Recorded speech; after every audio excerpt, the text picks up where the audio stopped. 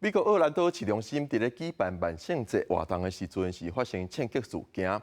警方表示，有一个17岁的嫌犯伫咧2个所在开枪，造成2个人死亡，6个人受伤，其中有2个人是重伤。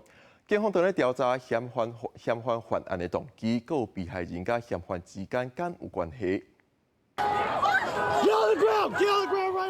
警方发现枪击嫌犯随将伊压制伫涂骹，双手扣伫后壁，详细超身躯检查。因为这名枪手伫美国奥兰多市中心举办万圣节活动期间，先后伫2个地点对民众开枪，造成真侪人死伤。At this time, we are aware of 8 total victims. 2 are now deceased. 6 other individuals who were shot were transported to ORMC for further treatment. Those victims are currently in stable condition.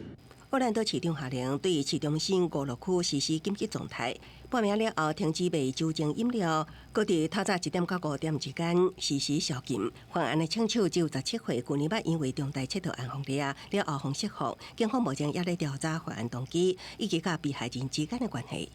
Shortly after the reported shots fired, a shooting suspect was located and taken into custody at Washington and Orange. He has been identified as 17-year-old Jalen Dwayne Edgar.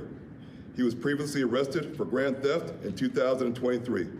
根据美国枪击暴力档案网站统计数据，到7月为止，美国至少造成4个人死伤的大规模枪击事件，今年已经发生441件。非洲去年颁布新法，允准大多数人会当保证早无互人发现的武器，和今年的万圣节因为无法度执行安检煞变掉。